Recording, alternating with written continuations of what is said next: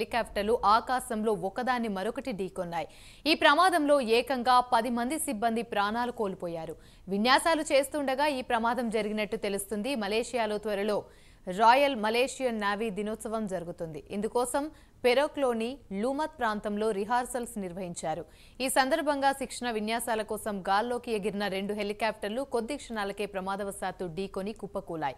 వీటిల్లో ఒకటి స్థానిక స్టేడియంలోని కూలిపోగా మరొకటి స్విమ్మింగ్ పూల్లో పడిపోయింది. ఈ ప్రమాదంలో 2 హెలికాప్టర్లో ఉన్న 10 మంది సిబ్బంది మరణించారు. వీరిలో 2 లెఫ్టినెంట్ కమాండర్లున్నారు.